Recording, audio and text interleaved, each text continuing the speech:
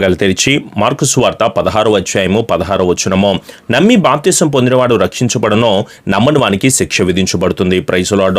దేవుని విశ్వసిస్తున్నాము, దేవుల్లో మనం ఉంటున్నాము అని చెప్పుకుంటున్నాము, కానీ చాలా మంది కూడా రక్షణ పొందలేని స్థితిలో ఉంటున్నారు. బ్రదర్, నాకు యేసయ్య అంటే ఇష్టం అండి, దేవుల్లో నేను ఎంతో చక్కగా ఉంటున్నానండి, జీసస్ అంటే నాకు ఎంతో ప్రేమ అండి అని చెప్పేవారు ఉంటున్నారు, కానీ బాప్తిసం తీసుకునేవారు మీలో చాలా మంది కూడా లేని వారిగా ఉంటున్నారు.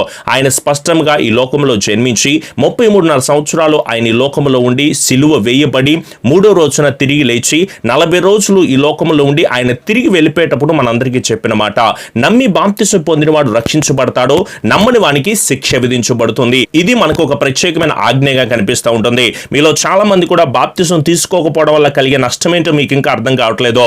పాప జీవితంలో ఉంటున్నారు, దోష జీవితంలో ఉంటున్నారు, పాపిష్టి సహితమైన కార్యాలు మీరు చేస్తూ ఉంటున్నప్పుడు మీరుంటున్న స్థితి మీకు పాపంగా అనిపించట్లేదు. బాప్తిసం తీసుకుంటే మొట్టమొదటిగా నీవు పాపివి పరిశుద్ధపరచబడతావో, ఏ భేదము లేదు, అందరూ పాపము చేసి దేవుడు అనుగ్రహించి మహిమను పొందలేకపోతున్నారో ఇంకా పాపంలోనే జీవిస్తారా? అదే వ్యభిచారంలో, అదే పాపిష్టి ఆలోచనలో, అదే వ్యర్థమైన విషయాల్లో లేనిపోని ముచ్చట్లు చెప్పుకుంటూ అనుమానపు జీవితాల్లో, ఆ పాపపు జీవితంలో, ఆ సినిమాలని, ఆ సీరియల్ అని, వ్యర్థమైన విషయాల్లో ఇంకా అదే క్రమంలో జీవించడానికి మీరు ఇంకా ఇష్టపడతా ఉంటున్నారే తప్ప మీరు పాప జీవితంలో ఉంటున్నారు. పరిశుద్ధతలోకి మీరు అందరూ కూడా మార్చబడాలి. పాపులు నిత్య నరకంలోకి వెళ్తారు, పరిశుద్ధులు నీతిమంతులు మాత్రమే పరలోక రాజ్యానికి వెళ్తారో. యేసయ్య నమ్ముకోమంటుంది, బాప్తిసం తీసుకోమంటుంది. ఈ లోకంలో మతం మారడానికి కాదో, బైబిల్ కూడా మతం మారడం ఎప్పుడు కూడా ఒప్పుకోదు. ఇది పరలోక రాజ్యానికి మార్గము. ప్రపంచమంతా ఎదురు చూస్తుంది.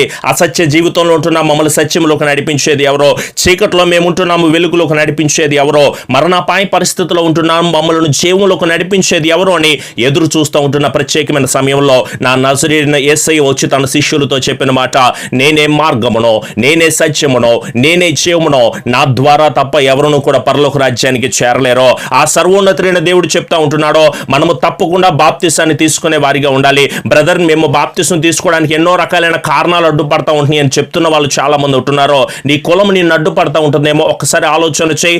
యేసు ప్రభువులోకి వచ్చిన తర్వాత, యేసయ్యను ఆరాధన చేస్తూ ఉంటున్న తర్వాత కులం అనేది లేదు. ఈ రోజు ఉంటున్న పరిస్థితిని గమనిస్తూ ఉండంటే నిజంగా చాలా బాధ అనిపిస్తూ ఉంటుంది.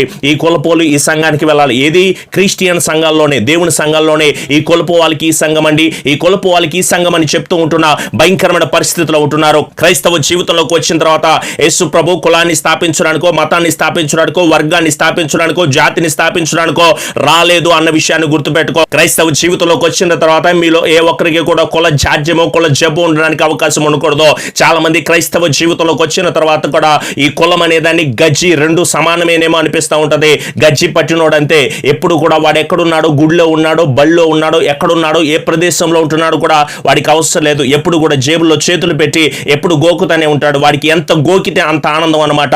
ఈరోజు కుల జబ్బు పట్టిన వాళ్ళు, కుల పిచ్చి పట్టిన వాళ్ళు, వీడు మనవాడేనా, వీడు తనవాడేనా, వీడు ఎలాంటి వాడో క్రైస్తవ జీవితంలోకి వచ్చిన తర్వాత మనకి కూడా ఒక కులం ఉంది. ఏంటో తెలుసా? ఈ లోక సంబంధమైన కులము కాదు. మనమందరం పరలోక యాత్రి కులము. మనము యువ కులము, న్యాయ కులము, సువార్థి కులము, బోధ కులము, సేవకులం అన్న విషయాన్ని మీరు మర్చిపోదు. చాలా మంది యేసయ్యలోకి వచ్చిన తర్వాత కూడా ఆ జాడ్యాన్ని వదిలిపెట్టకుండా ఉంటే ఈ రోజుల్లో చాలా మంది కూడా ఇదే ఆలోచన, బాప్తిజం పొందడానికి ఇదే రీజన్ గా చెప్తా ఉంటున్నారు. అదండి ఆ యేసు ప్రభు అండి, వాళ్ళకి సంబంధించిన దేవుడు, ఆ ఫారెన్ దేవుడు అండి, విదేశాలకు సంబంధించిన దేవుడు, అమెరికాకు, ఇంగ్లాండ్కు సంబంధించిన దేవుడు అని చెప్పుకుంటా ఉంటున్నావు. కానీ బాప్తిజం తీసుకోవడానికి, రక్షించబడడానికి వెనకాడుతున్నావా? ఒక్కసారి ఆలోచన చేయి. నీ డబ్బు నీకు అడ్డుపడుతుందేమో. ఒక్కసారి ఎప్పుడు కూడా పరిశీలన చేసుకుంటా ఉండవు. మీరు సెల్ ఫోన్ ని ప్రేమిస్తున్నారు, బంగారాన్ని ప్రేమిస్తున్నారు, డబ్బును, స్థలాలను, పొలాలను, ఇహలోక సంబంధమైన ప్రేమతో బానిసలుగా బ్రతుకుతా ఉంటున్నారు. డబ్బు నీకు అడ్డుపడతా ఉంటుందా? ఆస్తి నీకు అడ్డుపడుతుందా? నీ వర్గము నిన్ను అడ్డుపడతా ఉంటుందో? నువ్వు బాప్తిసం పొందకుండా ఉండడానికి ఏది అడ్డుపడతా ఉంటుందో ఒకసారి ఆలోచన చేయి. విగ్రహారాధన చేస్తున్నావు, ఆచారాలను వదిలిపెట్టలేదు. నేను ఒకవేళ గనక ఇప్పుడే బాప్తిసం తీసుకుంటే బ్రదర్, మరి వివాహాలకి కష్టంగా ఉంటుందేమో, వయసు లేకపోతే నా పదవి హోదా పోయే అవకాశం ఉంటుంది, నా ఉద్యోగాన్ని బట్టి, నాకున్న వ్యాపారాన్ని బట్టి, నాకున్న చెడ్డ అలవాట్లను బట్టి, ఈ భయంకరమైన విషయాలను బట్టి నేను బాప్తిసం తీసుకోవడానికి వెనకాడుతున్నా అని చెప్పేసి చెప్తున్న బిడ్డలారా, ఒక్కసారి ఆలోచన చేయండి. భయంకరమైన శిక్షను నీవు తప్పించుకొనబడాలంటే ఈ లోకం కోసం నేను బాప్తిసం తీసుకోమంటుంది కాదు, పరలోక రాజ్యంలో నీవు చేరడానికి బాప్తిసాన్ని తీసుకోమంటున్నారు. 7 ఏండ్ల శ్రమల కాలంలో మీరెవరు కూడా ఉండడానికి అవకాశం ఉండకూడదు. మీ పేర్లు జీవ గ్రంథములో తప్పకుండా ఉండాలి. మరణ భయం అనేది లేకుండా మీరంతా జీవిస్తూ ఉంటున్నారు. ఈ లోకంలో ఈ శరీరం కోసము బాప్తిసం కాదు నాన్న, ఈ శరీర సంబంధమైన విషయాల కోసము కాదు బాప్తిసము. నమ్మి నిజ రక్షకుడుగా అంగీకరించిన నీ నీవో బాప్తిసము తీసుకోవడం వల్ల పరలోక రాజ్యానికి చేర్చబడే ఈ అగ్నిగుణంలో పడకుండా శ్రేష్టమైన నిత్య రాజ్యానికి వెళ్ళే అవకాశం ఉంటుంది. ఎందుకు బాప్తిసం తీసుకోవాలి బ్రదర్ అని చెప్పేసి అడిగే వారిగా ఉంటున్నారో, ఆయన మనకి తెలియజేసిన శ్రేష్టమైన విధానాల్ని మనం అందరూ కూడా అనుసరించే వారిగా ఉండాలి. కొంతమంది స్థల దానాలు చేస్తారండి, భూదానాలు చేస్తారు, గృహాలు కూడా దానం చేస్తూ ఉంటారు. అన్నదానాలు చేసేవాళ్ళు చాలా మంది, నీళ్ల దానాలు, చలివేంద్రాలు పెట్టి ఎంతో చక్కగా నీళ్లను కూడా దానం చేసేవాళ్ళు, వస్త్ర దానాలు చేస్తారు, వస్తువులు దానం చేస్తారు, చచ్చిపోయిన తర్వాత నేత్ర దానాలు, రక్త దానాలు కూడా చేసే వాళ్ళు ఉంటున్నారు. ఒకవేళ కొంతమంది పుత్ర దానాలు కూడా చేస్తూ ఉంటారు, పిల్లల్ని ఇంకొకరికి దానం చేస్తూ ఉంటారు. కొంతమంది ఆవుల్ని గోదానం చేస్తూ ఉంటారు, చదువు దానం చేస్తూ ఉంటారు, కన్యా దానం చేస్తూ ఉంటున్నారు. కానీ గమనించండి, ఇన్ని దానాలన్నిటిలో కూడా యేసు ప్రభులు వారు ఒక్కరు మాత్రమే మన కోసము ప్రాణదానం చేశాడు. ఈ లోకంలో ఎవరైనా చేయగలరా? ఎవరైనా మన కోసము భక్తిహీనులుగా ఉంటున్నాం, బలహీనులుగా ఉంటున్నాం, పాప జీవితంలో ఉంటున్నామో మన కోసము కొరడాలు కొట్టించుకున్నాడు, మన కోసము పిడిగుద్దులు గుద్దించుకున్నాడు, మన కోసము ముళ్ళ కిరీటాన్ని పెట్టుకున్నాడు, సిలువలో వేలాడాడో, మేకులు కొట్టించుకున్నాడో, బల్లెపు పోటులు కానీ, ఉమ్ము కానీ, హేళన కానీ, శరీర బలహీనతలో ఎన్నో వ్యాధకరమైన పరిస్థితుల్ని మనందరి కోసము ఆయన కల్వరి సిలువలో అనుభవించాడో, ప్రాణదానము చేసి ఆ ప్రాణాన్ని సైతము మరణమా నీ ముల్లెక్కడ అని తిరిగి లేచిన మృత్యుంజయుడిగా ఉంటున్న సర్వోన్నతుడైన దేవుణ్ణి ప్రకటిస్తున్న ఆయనే వెళ్ళిపోయేటప్పుడు మనకు ఆజ్ఞ ప్రకారంగా తెలియజేశాడో. తన శిష్యులతో చెప్పిన మాట మర్చిపోయారా? మీ హృదయాన్ని ఎవ్వరు కూడా కలవరపరచుకోదు, నేను పరలోక రాజ్యాన్ని సిద్ధపరచని వెళ్తున్నాను, మరలా నేను వస్తాను అని తెలియజేశాడో. ఆయన రాకడ సమీపిస్తూ ఉంటుంది. ఈ లోకంలో ఎవరైతే ఆయన నిజరక్షకుడిగా అంగీకరించుకుంటారో, ఎవరైతే ఆయన కోసం ప్రయాసపడుతూ పశ్చాత్తాపడుతూ ఆయన కోసం శిలువ మరణాన్ని అనుభవించిన శ్రేష్టమైన మార్గాన్ని అనుసరిస్తూ ఉంటారో వారు తప్పకుండా రక్షించబడతారో. నమ్మని వానికి శిక్ష విధించబడుతుంది. ఆ శిక్ష బహుఘోరమైనది. ఇంత కన్నీటితో మీకెందుకు వాక్యాన్ని చెప్తున్నాను, ఇంత గద్దిస్తూ మీకెందుకు చెప్తున్నాను అంటే, మీలో ఏ ఒక్కరు కూడా నశించిపోవడం నా దేవాది దేవునికి ఇష్టం లేదు, నాకు అస్సలు ఇష్టం లేదు. మీరందరూ కూడా శ్రేష్టంగా దేవునితో అంటు కట్టబడాలి. ఏ దురాత్మ శక్తి అయితే మిమ్మల్ని పీడిస్తుందో, ఏ చెడ్డ విషయాలైతే మిమ్మల్ని పీడిస్తూ ఉంటున్నాయో, డబ్బని, ప్రేమని, సమస్యలని, వ్యాధులని, ఇబ్బందులని, ఎన్నో రకాలుగా మిమ్మల్ని సాతాను ఎన్ని రకాలుగా కృంగదీయాలో అన్ని రకాలుగా కృంగతీసేస్తూ, బాధ పెడుతూ, ఇబ్బందులు పెడుతూ, వేదనకరమైన పరిస్థితుల్లో బ్రదర్ నా వల్ల కావట్లేదని చెప్పేసి అంటున్నారు కదా. శ్రమలు వస్తాయి, ఆ శ్రమను సహించువాడు ధన్యుడు. దుఃఖాలు వస్తాయి, అవమానాలు వస్తాయి, హేళనలు వస్తాయి, నిందలు వస్తాయి, ఎన్నో ఇబ్బందికరమైన పరిస్థితులు వస్తాయి. అలా వచ్చి నేను కృంగిపోతావా? అలా వచ్చి నేను వదిలిపెట్టే స్థితిలో ఉంటావా? వద్దో. ఈ శ్రమలు కొంతకాలమే, ఈ ఇబ్బందులు కొంతకాలమే. నీకు అడ్డంకులుగా మారిపోతా ఉంటున్నారు కదా. ఎంతో మంది నిన్ను కలవర పెడతా ఉంటున్నారు కదా. యేసయ్య నమ్ముకున్నావని చెప్పేసి నిన్నే పట్టించుకోకుండా ఎన్నో హేళనకరమైన విషయాలు చేస్తూ ఉంటున్నావు కదా. ఇది ఆరంభమో. దేవుడు అత్యున్నతమైన స్థితిలో నేను నడిపించడానికి సిద్ధపరుస్తున్నాడో. నేను ప్రకటిస్తున్న సర్వోన్నతుడైన దేవుడు మాత్రం తప్పకుండా నీ వ్యాధులను చూశాడో, గొప్ప దీవెనగా ఆయన మార్చడానికి సిద్ధంగా ఉంటున్నాడో. మరి ఆయన దగ్గరికి మనం చేరదామా?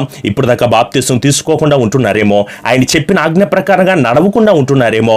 ఇదే అనుకూలమైన సమయమో, ఇదే రక్షణ దినమో. నీవెంత ఘోర పాపివైనా, ఎంత చెడ్డ క్రియలు కలిగిన వాడివైనా ఆయన పాదాల చెంత చేరి, అవునయ్యా నేను పాపము చేశాను, నేను పాపిగా ఉన్నాను నాయన, ఒక్కసారి నన్ను జ్ఞాపకం చేసుకోవంటే దేవుడు క్షమించడా? వ్యభిచారం చేసే స్త్రీనే క్షమించాడండి. పాపం చేసిన వాళ్ళని యేసు ప్రభు దగ్గరికి వస్తే క్షమించాడు. పేతురు భయంకరమైన పరిస్థితిలో ఉన్నప్పుడు దేవుడు క్షమించలేదా? శిలువ మీద ఉంటున్న దొంగను కూడా క్షమించలేదా? దావీదు కానీ, మిర్యాము కానీ, హిష్కియా కానీ వీళ్ళందరినీ కూడా దేవుడు క్షమించాడండి. ఈరోజు నిన్ను నన్ను తప్పకుండా క్షమిస్తాడు.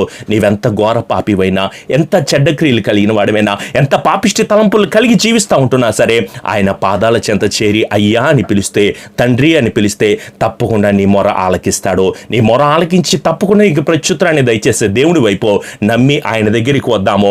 ఒకవేళ నమ్మకపోతే భయంకరమైన నరక ద్వారంలోకి మీరు ఎవరు కూడా వెళ్ళకూడదు. ఇరుకు ద్వారంలో మీరు ప్రవేశించడం నేర్చుకోండి.